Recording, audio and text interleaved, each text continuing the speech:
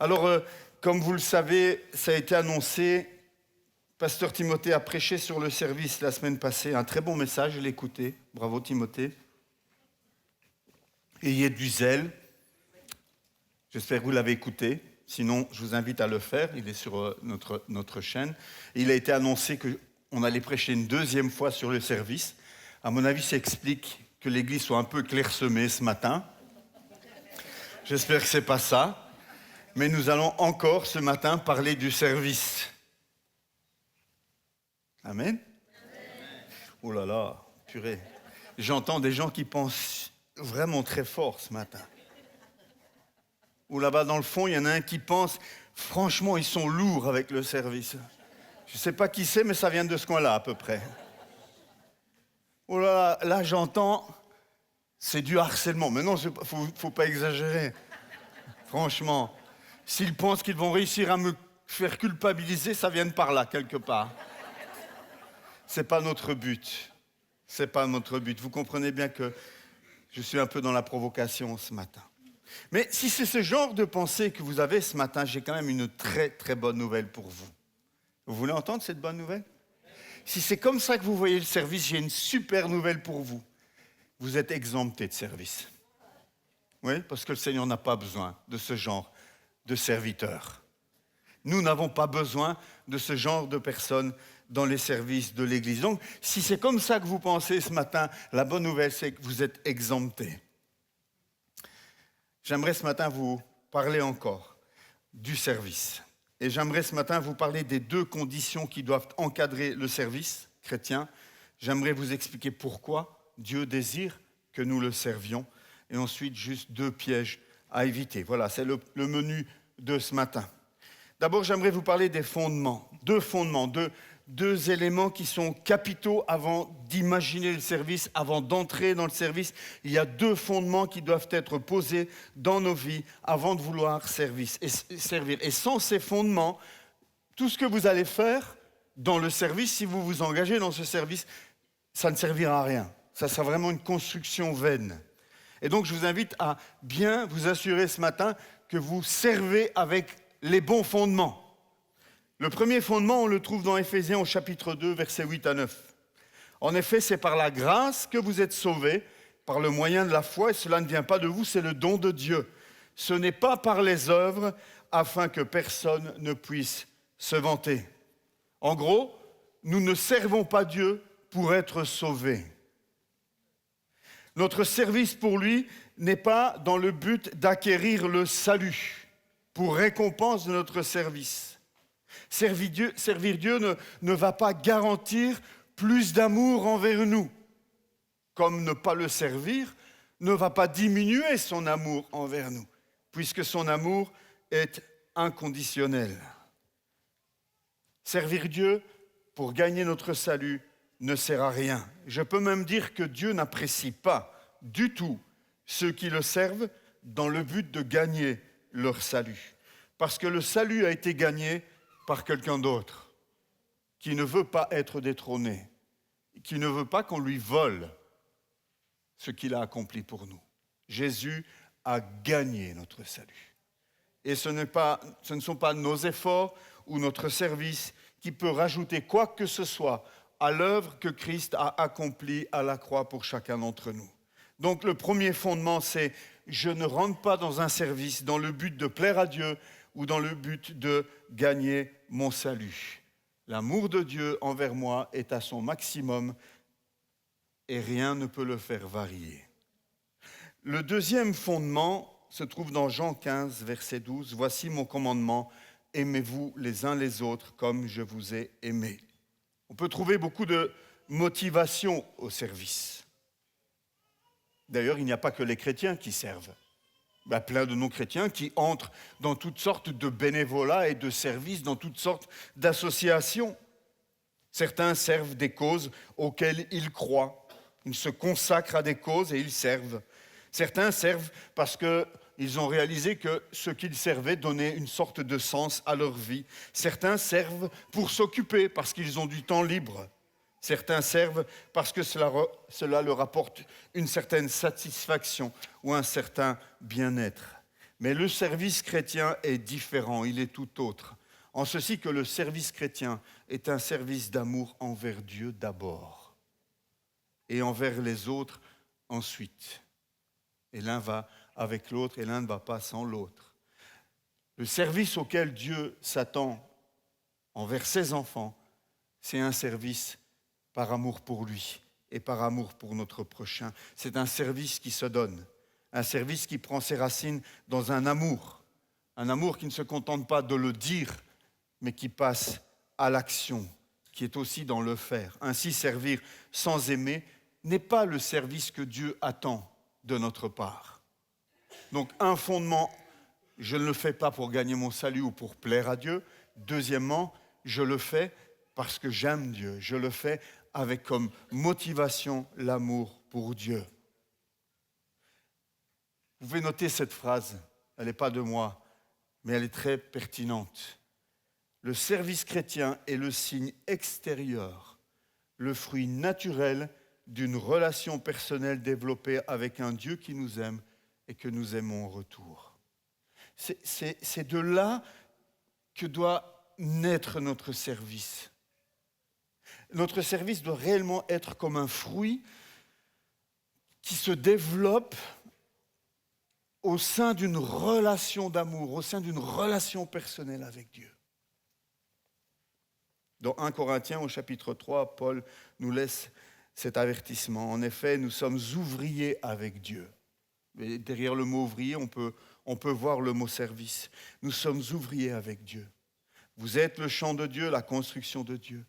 Conformément à la grâce que Dieu m'a donnée, j'ai posé le fondement comme un sage architecte et un autre construit dessus. Cependant, que chacun fasse attention à la manière dont il construit dessus. Car personne ne peut poser un autre fondement que celui qui a été fondé, à savoir Jésus-Christ. Que l'on construit sur ce fondement avec de l'or, de l'argent, des pierres précieuses, du bois, du foin ou de la paille, l'œuvre de chacun sera dévoilée. Le jour du jugement la fera connaître, car elle se révélera dans le feu, et l'épreuve du feu indiquera ce que vaut l'œuvre de chacun, le service de chacun. Si l'œuvre que quelqu'un a construite sur le fondement subsiste, il recevra une récompense. Si son œuvre brûle, il perdra sa récompense. Lui-même sera sauvé, mais comme au travers du feu. Ce texte nous rappelle l'importance de comment nous servons, de comment nous construisons, de comment nous nous investissons dans l'œuvre de Dieu. Alors pourquoi sommes-nous invités à servir ? Pourquoi servir Dieu et pourquoi servir les autres ? Bien, la raison, elle est toute simple. On pourrait en trouver beaucoup des raisons, mais moi, je veux revenir à une raison fondamentale. La raison pour laquelle le disciple de Jésus doit être un serviteur, c'est parce que Jésus, notre maître, était lui-même le maître des serviteurs. C'est un roi serviteur. C'est le roi serviteur. Jésus est le roi serviteur. Il est venu non pour être servi, mais pour servir et donner sa vie en rançon pour beaucoup, nous dit Marc chapitre 10, verset 45. Parce que notre maître est un serviteur, nous sommes les disciples du maître, nous sommes appelés à être des serviteurs. Si Jésus avait été un grand maître de la peinture, il aurait eu une foule de disciples qui auraient appris la peinture et qui auraient été eux-mêmes de grands maîtres de la peinture. Si Jésus avait été, je ne sais pas moi,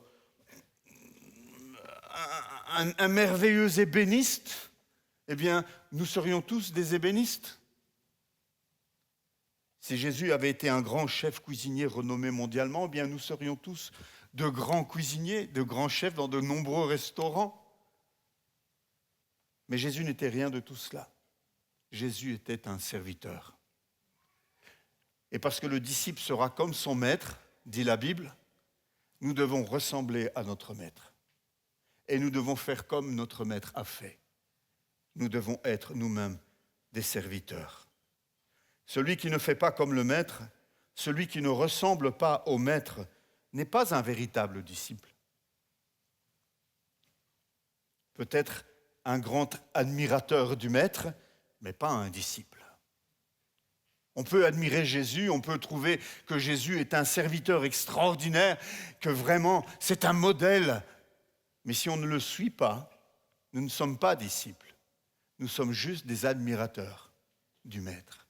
Jésus n'est pas venu chercher des admirateurs. Jésus est venu chercher des disciples. Amen. Je vous invite à ne pas être des admirateurs de Jésus. Je vous invite à être des disciples de Jésus. Le disciple fera comme son maître. Dans Jean chapitre 12, Jésus a dit, si quelqu'un me sert, qu'il me suive. Et là où je suis, là aussi sera mon serviteur.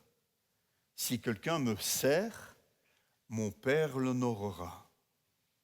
Ce verset à lui tout seul, frères et sœurs, nous fait lever de nos chaises. Nous voulons honorer le Père. C'est ce que nous avons chanté ce matin, non ? C'est ce que nous disons avec nos lèvres. Si nous voulons honorer le Père, nous devons servir. Nous sommes des serviteurs. Celui qui veut le servir doit le suivre et celui qui veut le suivre doit le servir. Ainsi, servir Dieu et les autres est indissociable du discipulat. De plus, servir Dieu et les autres est un acte qui a une grande portée spirituelle. Je ne sais pas si vous réalisez cela, mais je pense que c'est important que vous compreniez ce matin que chaque fois que vous servez Dieu ou les autres avec les bons fondements, eh bien en fait, vous investissez spirituellement dans votre vie. Lorsque vous servez Dieu et les autres de la bonne manière, vous grandissez spirituellement. Pourquoi ? Parce qu'en servant, nous imitons Christ. Et celui qui imite Christ devient semblable au Christ. Je laisse descendre la pilule. Mais je crois que c'est important vraiment que vous réalisiez ça ce matin. Nous ne voulons pas vous amener à servir en culpabilisant. Nous ne voulons pas vous amener à servir avec la cravache. Ça n'a aucun sens et ça n'a aucune utilité. Et vous le feriez avec les mauvais fondements. Ce que nous voulons, c'est que vous compreniez que l'essence du chrétien, c'est d'être un serviteur. La nature du chrétien, c'est d'être un serviteur. Quand Christ est venu dans ta vie, lorsque tu as donné ta vie à Christ et que l'Esprit de Dieu est entré en toi, il a transformé ta nature. Il a commencé une transformation qui transforme ta nature. Un renouvellement de l'intelligence, une nouvelle naissance, une métamorphose, une métanoïa, qui fait de toi quelqu'un qui était centré sur lui-même et qui petit à petit devient, comme Jésus, un serviteur. Le chrétien pleinement épanoui est un chrétien qui sert. Le chrétien qui grandit, c'est un chrétien qui sert. Si quelqu'un me sert, qu'il me suive, là où je suis, là aussi sera mon serviteur. Si quelqu'un me sert, le Père l'honorera. Mais il y a des pièges à éviter. 2 pièges je voudrais soulever ce matin. Le premier piège, c'est d'entrer dans le service avec les bons fondements, mais avec le temps, à cause de toutes sortes de raisons que je ne vais pas développer ici, c'est de mettre notre identité dans le service. Nous ne sommes pas ce que nous faisons. C'est un danger qui guette chacun. N'exister que par ce que nous faisons. Je connais un exemple précis d'un pasteur qui est décédé. Et une fois que le pasteur est décédé, il a été remplacé par un autre pasteur. Mais l'épouse du pasteur décédé avait fait cette erreur de mettre son identité dans le fait d'être la femme du pasteur. Mais à partir du moment où l'autre pasteur est arrivé, avec son épouse, cette femme, cette veuve de pasteur, s'est effondrée quelque part. Toute son identité s'est effondrée parce qu'elle avait mis son identité dans le fait d'être la femme du pasteur. Notre identité n'est pas, frères et sœurs, dans ce que nous faisons. Notre identité, elle est fondée sur l'amour inconditionnel que Dieu a pour nous. Pas sur ce que je fais, mais sur ce que je suis. Dieu ne m'aime pas plus parce que je suis pasteur. Dieu n'a pas de préférence envers moi par rapport à quiconque d'entre vous, parce que parce que je prêche par exemple ce matin. Rien à voir. Dieu a le même amour pour chacun d'entre nous. Et c'est un grand piège qui guette beaucoup de personnes, c'est de trouver leur identité dans ce qu'ils font dans le service. C'est ce que je suis qui me permet de servir. Et je ne sers pas pour être quelqu'un. Je ne sers pas pour être reconnu. Je sers parce que je suis un enfant de Dieu. C'est parce que je suis quelqu'un, un enfant de Dieu, né de nouveau, régénéré, rempli du Saint-Esprit, en relation avec Dieu, que je sers Dieu et que je sers les autres. Mon service s'arrête, ça peut arriver. Mon service dans l'Église change, ça arrive, mais je reste qui je suis. Mon identité est en Christ. Une bonne identité me donnera également de l'équilibre dans le service et dans de bonnes motivations pour servir Dieu. Je pense que c'est important de réaliser cela ce matin. Ne pas tomber dans ce piège. Ne mettez pas votre identité dans ce que vous faites. Et ça nous guette avec le temps, ce genre d'histoire. Enfin, un autre piège à éviter, c'est d'avoir la mauvaise attitude de cœur.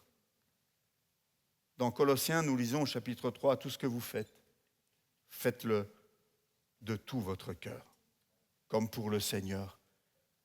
Non pour des hommes, sachant que vous recevrez du Seigneur un héritage pour récompense. En effet, le Seigneur que vous servez, c'est Christ. Dans sa parole, ça revient à de nombreuses reprises, mais on se rend compte dans la Bible que l'attitude de cœur est une chose qui est très importante pour un Dieu saint, pour le Dieu saint. Dieu ne ferme pas les yeux en se disant « bon, c'est pas grave, l'important c'est que la chose soit faite ». Non, ce qui compte pour Dieu d'abord, c'est que le cœur qui fait la chose soit saint. Vous comprenez? Dieu ne peut pas fermer les yeux en se disant « oh bon, tant pis, lui, il est vraiment dans de mauvaises dispositions, mais ce qui compte, c'est que ce soit fait. » Non. Dieu n'a pas besoin de nous. Dieu n'a pas besoin de nous pour que les choses soient faites. Ce que Dieu désire, c'est nous transformer au travers des choses que nous faisons et pour que nous les fassions de la bonne manière. En fait, en imitant Christ à nouveau.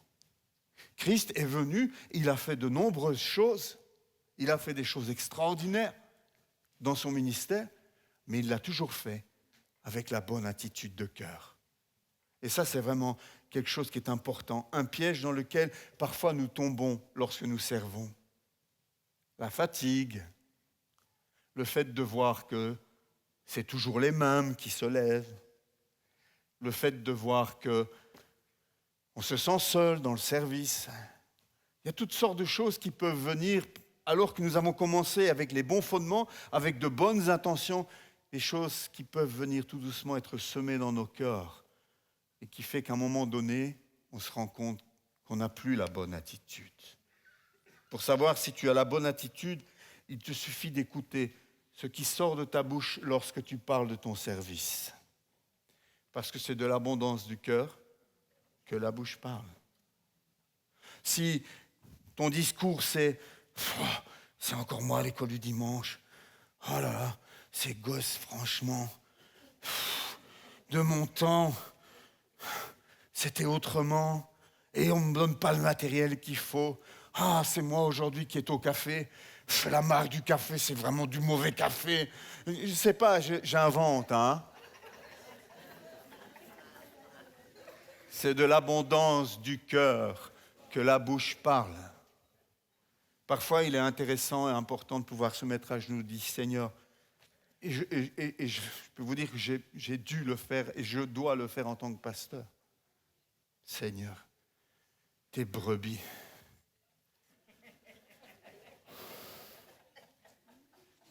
Elle est où la houlette et le bâton? Parfois, j'ai servi avec la mauvaise attitude de cœur. Parfois, je suis venu prêcher, parfois, je suis allé faire des visites, parfois avec Mais le Saint-Esprit me reprend. Dieu nous reprend. Dieu n'est pas fâché, Dieu ne m'a pas flagellé, mais par amour, Dieu me rappelle que lui ne servait pas avec cette attitude-là. Lui, sur la croix, il n'a pas dit à son Père, « Donne-moi le bâton ». Sur la croix, il a dit, « Père, pardonne-leur, parce qu'ils ne savent pas ce qu'ils font. » Waouh! Un serviteur, un roi serviteur qui accepte d'être humilié, frappé par ceux qu'il est venu servir.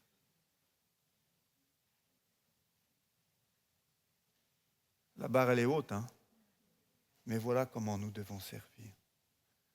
C'est difficile, c'est pas facile, mais l'Esprit de Dieu est là pour nous aider. Il nous prend par la main, il ne nous demande pas de sauter directement la barre à 2,40 m. Hier, c'était les sauts en hauteur. C'est une Belge qui est championne d'Europe de heptathlon, devant une Française, malheureusement pour elle. Mais elle n'a pas sauté directement. Ouais, il y a eu un progrès. D'abord, elle a sauté une certaine hauteur, on a mis un peu plus haut et puis un peu plus haut. Faisons une petite pause. Le Seigneur nous invite vraiment à avoir la bonne attitude de cœur dans le service. Je veux conclure parce qu'on m'a demandé d'être court ce matin et je suis soumis, pasteur Timothée. En guise de conclusion, j'aimerais vous donner cette parole de l'apôtre Pierre, qui dit les choses autrement, mais qui les dit bien dans 1 Pierre chapitre 4. Comme de bons intendants des diverses grâces de Dieu, mettez chacun au service des autres le don que vous avez reçu. Mettez chacun au service des autres le don que vous avez reçu. Si quelqu'un parle, qu'il annonce les paroles révélées de Dieu. Si quelqu'un accomplit un service, qu'il le fasse avec la force que Dieu communique, afin qu'en tout, Dieu reçoive la gloire qui lui est due au travers de Jésus-Christ. C'est à lui qu'appartiennent la gloire et la puissance au siècle des siècles. Amen. Pierre nous dit que le but ultime du service chrétien, finalement, c'est quoi? C'est de glorifier Dieu. Vous savez, vous glorifiez Dieu bien davantage lorsque vous le servez avec la bonne attitude que lorsque vous êtes ici le dimanche matin en levant Dieu et en chantant.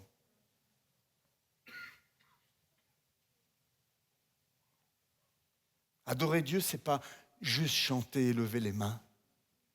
C'est facile, ça.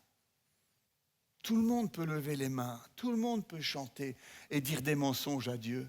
Je t'aime de tout mon cœur, je te donne tout. La véritable adoration, c'est de ressembler au Maître.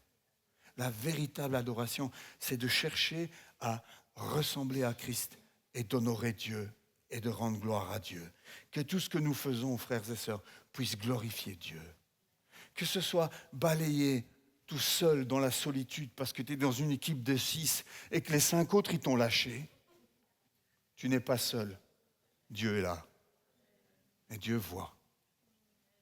Et Dieu est avec toi. Et en balayant, tu honores Dieu. C'est une manière de glorifier Dieu. Tu te mets au service de Dieu et des autres pour que tes frères et sœurs demain matin arrivent dans une salle qui est propre, qui est accueillante. C'est un service qui glorifie Dieu. Vous pouvez imaginer ça? Ce n'est possible que parce que nous servons un roi serviteur qui honore le service. Qui honore le service. Aujourd'hui, nous vous présentons les besoins de l'Église pour son bon fonctionnement, pour sa croissance. Il est évident que nous, en tant que responsables, on ne peut pas tout faire. Nous ne pouvons pas nous démultiplier.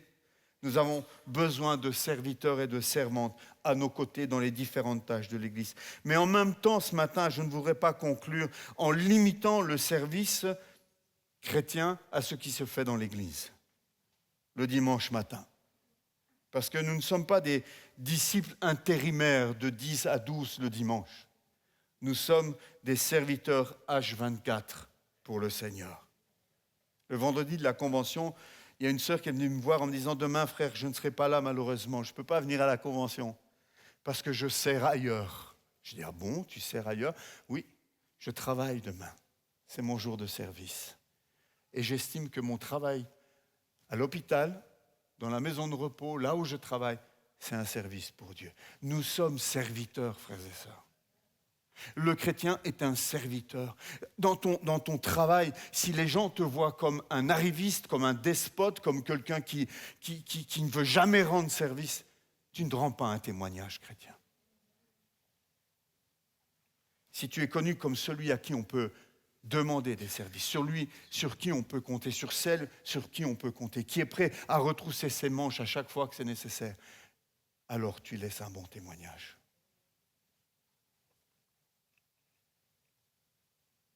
Que ce message puisse nous aider ce matin à servir toujours Dieu de la meilleure manière qui soit, à lui ressembler toujours plus, à le faire avec les bonnes motivations, avec les bons fondements. Tout ça pour que nous soyons glorifiés, mais pour que Dieu soit glorifié. Amen.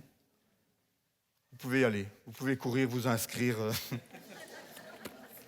Seigneur, merci pour ce message ce matin. Et c'est vrai que peut-être sous forme humoristique, nous soulevons des lièvres ce matin, mais Seigneur, nous voulons te ressembler. Nous le disons souvent dans nos chants, nous le disons souvent dans nos témoignages, nous voulons te ressembler. Et ce matin, Seigneur, tu nous rappelles que tu es un serviteur. Tu es venu non pour être servi, mais pour servir et donner ta vie. Seigneur, nous voulons aussi être comptés parmi tes serviteurs. Merci de ce que ce matin, tu nous rappelles les bons fondements, tu nous parles de pièges à éviter. Seigneur, aide-nous à le faire avec la bonne attitude de cœur. Aide-nous, Seigneur, à le faire avec les yeux et le regard fixés sur toi. Tu es notre modèle de serviteur. Nous voulons apprendre de toi, Jésus, et nous voulons marcher à ta suite. Et nous voulons te ressembler, t'honorer. Merci de bénir l'Église Connect. Merci, Seigneur, pour tous les ministères qui sont déjà en place. Merci pour tous ceux qui déjà, depuis parfois même de nombreuses années, Seigneur, servent fidèlement dans l'un ou l'autre ou dans plusieurs postes. Seigneur, je prie particulièrement pour ces personnes-là ce matin, pour que tu renouvelles leur joie au service. Je prie particulièrement pour ces personnes qui parfois ont pu s'aigrir, Seigneur. Laisser des choses venir attrister leur service. Je prie ce matin, Seigneur, pour que ces paroles soient comme un baume sur leur cœur. Que tu puisses les guérir, Seigneur. Que tu puisses vraiment soulager leur cœur et remettre, Seigneur, en eux une joie de te servir. Remettre en eux une passion, Seigneur. Tu vois que la fatigue vient souvent de ce genre de choses que nous avons laissées s'installer dans nos vies. Seigneur, tu es celui qui nous renouvelle dans la course. Tu es celui qui, Seigneur, nous redonne de la vigueur. Ce matin, je prie pour que tu viennes bénir l'Église Connect, que nous puissions servir ensemble, main dans la main, former un corps uni. Viens, Saint-Esprit. Amen.